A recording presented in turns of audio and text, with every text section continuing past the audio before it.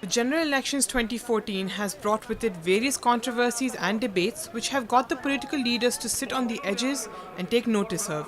On Monday, BJP's Vice President Mukhtar Abbas Naqvi was seen batting with a straight bat to answer a spectrum of issues, including the recent comment by veteran leader Murli Manohar Joshi, which has seen a slight dent in his approach towards Modi wave in the country.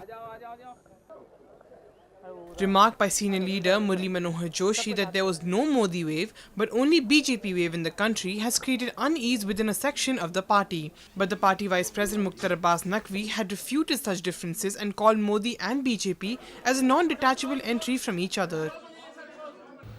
Modi और BJP अलग नहीं है। Modi ji BJP के ज़मीन से जुड़े हुए कार्यकर्ता हैं। खेत खलिहानों में, चौक चौराहों, चौपालों पे संघर्ष करके आज इस मुकाम पे पहुँचे हैं।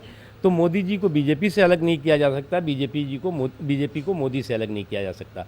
इसलिए ये बात सही है कि जो लहर है वो मोदी जी की है या बीजेपी की है, बात एक है।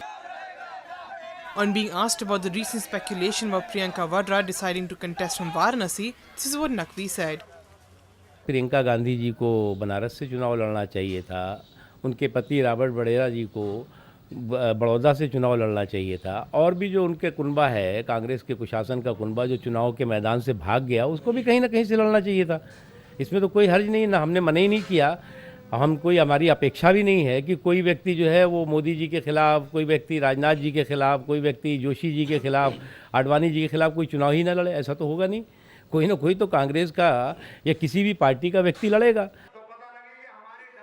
In a veiled attack on Union Minister Beni Prasad Verma, who called the BJP's PM candidate Narendra Modi as the biggest goon, Naqvi said that people in Congress have gone mad in fear of end of Congress. एक बात है, कांग्रेस के कुछ साथी कांग्रेस का सूपड़ा साफ होने के डर से सनक गए हैं। अब ऐसे सनकी दिमाग और ऐसे सनकी हुई मानसिकता के बारे में तो हम कुछ नहीं कह सकते। वो तो जनता ही जवाब देगी कि इस सनकी हुई मानसिकता का इलाज क्या करना है। उन्हें मार दिया जाए या छोड़ दिया जाए, वो जनता तय करेगी।